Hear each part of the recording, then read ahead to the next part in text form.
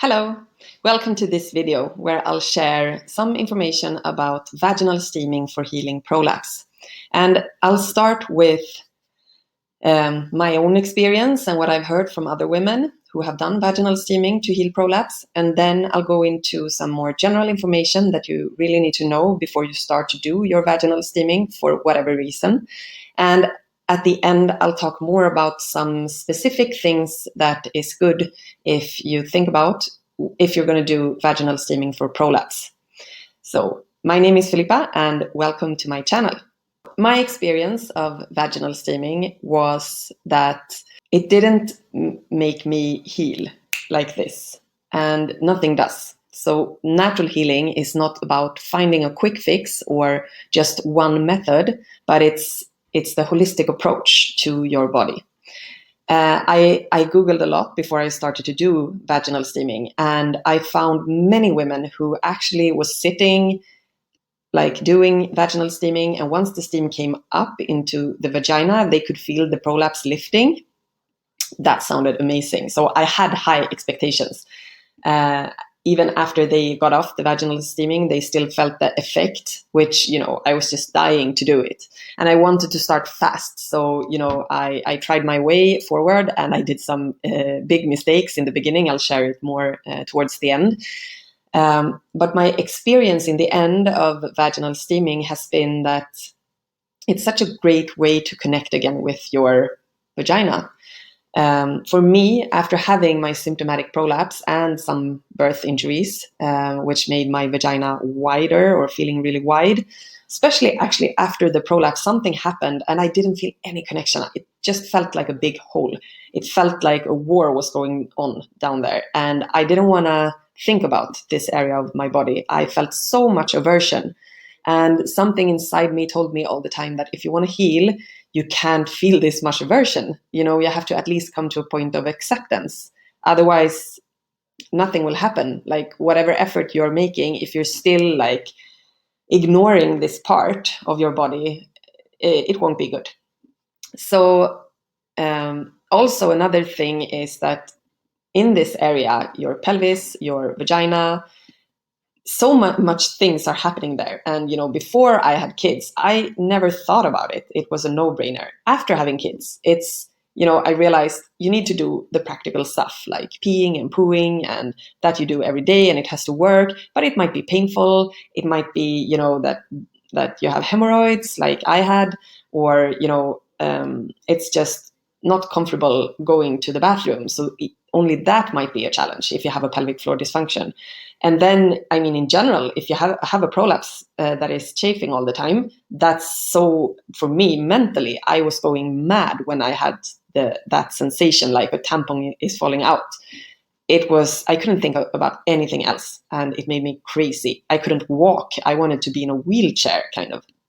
So, you have that side to it. And then you have the other side where this area is supposed to be so much pleasure and where you connect with your female self and your female body and all of that. And I just felt those two, they were so far apart from me. It was like, how am I going to connect this? And how can I look at this area of my body as this amazing space for so much to happen, instead of what I felt was like, oh, I have to do all this stuff in this area that I don't just want to ignore and kind of cut out of my body and never see again. So vaginal steaming for me was this space, or is this space, to really connect with your female body parts and feeling calm and relaxed. And it's an activity for this area where you don't have to do anything.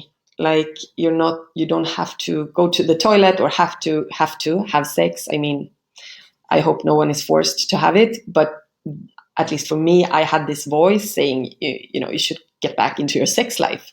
That's your relationship can't manage otherwise. So we have all this kind of expectations on what we are going to achieve in this area.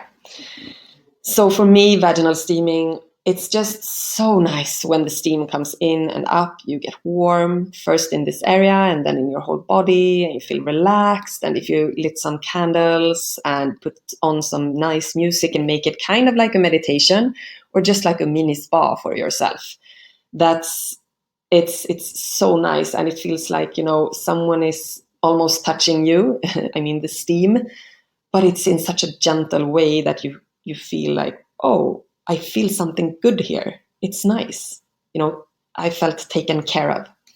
And I think for me, that was a huge part for my healing, to start to having this acceptance and feeling connected again to this area. So now we're going to go into some more general information about vaginal steaming, which is really important that you know. Don't do what I did. I just Googled something, I found it, I tried it, and it was completely wrong. So don't do that. Take a course, take something, watch, for example, this module. It's on the platform WomenCycles, and it's so good. This is the seminar, and she has so much wisdom about the female body. And this course is actually named Cervical Dysplasia Revealed. But a part of her journey was also vaginal steaming. So in this module, in this course, she's giving you the basics, everything you need to know, and then you can get going. But I'm going to add some information for Prolapse after we look at her story.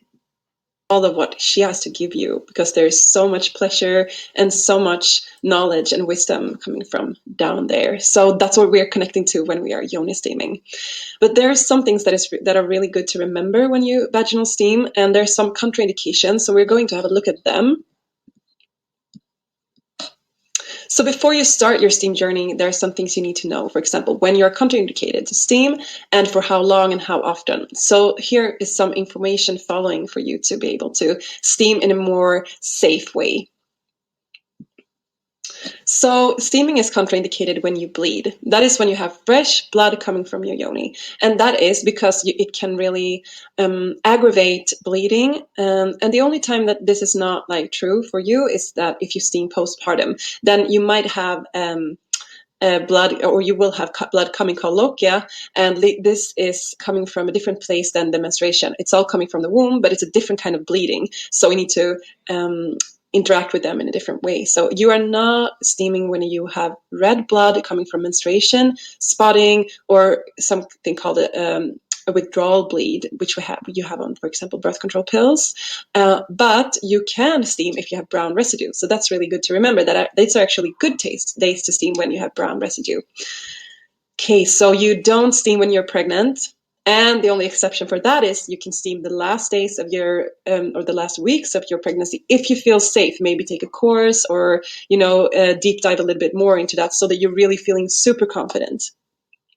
If you're trying to get pregnant, it's also really good to remember that that's not super great, because from ovulation to the next menstruation, or hopefully no next menstruation if you're trying to get pregnant, this is a time when your womb might have a little embryo in it that is implanting. So you don't want all of this action. You don't want a lot of any disturbances. So you don't steam if you want to get pregnant from ovulation to menstruation. And you don't steam in early pregnancy. It's only the last weeks or days if you feel confident, and maybe if you have someone guiding you doing that.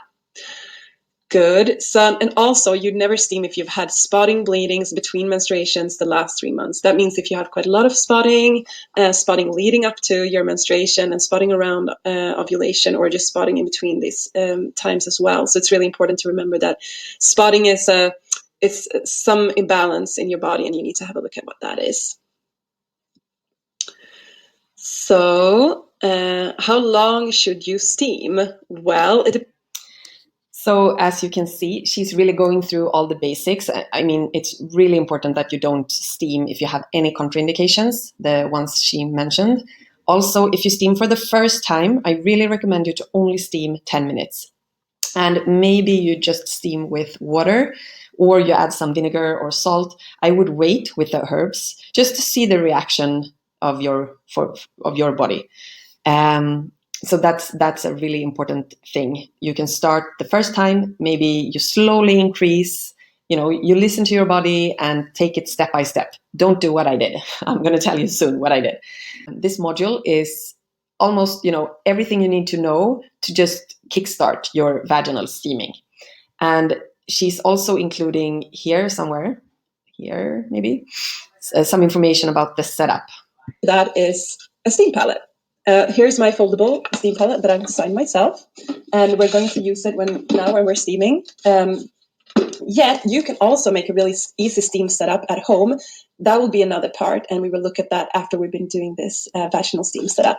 Okay, so she's talking about the steam palette, and you can also use chairs. I wouldn't recommend it for prolapse though. I think it's good with either a steam palette or something where you can feel really supported, because what I did, now I'm going to tell you, I just Googled, I found some information that you can steam on your toilet. You just clean it out and you put the casserole there and make sure you don't burn yourself, of course, always. And you can sit on the toilet. So, I started off shortly and that was kind of fine. And then when I increased, so I was there for like 20, 25 minutes. Afterwards, I felt like one of these monkeys with a really red bum, kind of swollen everywhere. It was nice when I was sitting there, but as soon as I stood up, I had kind of the opposite feeling that from what I told you about women who had felt their prolapses going up. And then I started to understand that I really need more support for my sitting bones and for the pelvis and this whole area. So what I did was I bought a wooden box. I made this hole. You saw this steam palette here. That's kind of broad. You can use one of those and still have your sitting bones like up here almost. The thing is, if you have hemorrhoids or if you want the steam to go all the way to the anus, that might be not the best position. So what I did was I created this box really with a really narrow hole, and I have my sitting bones like here where my index fingers are. So everything gets supported really nicely, and it's a huge difference, I think. So now I can tell you more what you need to think about if you have a prolapse. And so it's that, the setup. So one good alternative for you, if you don't have anything to sit on or don't want to use chairs, many people are talking about squatting. I don't think that's a good idea either for prolapse. So I would say you come into kind of a child's pose, or you're on your knees. So then you have the casserole or the water in between your legs. So you should wrap a towel or something around it so you don't burn yourself. And you're on your knees, so make sure you have a cushion or like something, some kind of padding underneath the knees. And then you place your elbows on the floor and you're on your elbows and knees. And you try to relax so you can have something supporting your forehead or, whatever you need. And then you take a blanket, behind your bum so that the steam goes up into the vagina and anus and all the areas that we want to target. I think that's a nice one to start with. And the next thing is the herbs. If you try out with only water or vinegar or salt, you can try with herbs after a couple of times. And I would just go for lady's mantle, actually, when you have a prolapse. There are a lot of places now selling different blends, so you could just Google and see if you find anything close to where you live. And then they might have a good one for prolapse or, kind of tightening the area. But if you have like a hypertense pelvic floor, you don't want to do that either. So lavender is another one. It's kind of always safe, and yarrow too. So you could make your own. You just have to be careful. So you add the right herbs and or you just buy one. That's what I wanted to share with you about vaginal steaming, and I hope you want to try it, and I hope you have a great experience.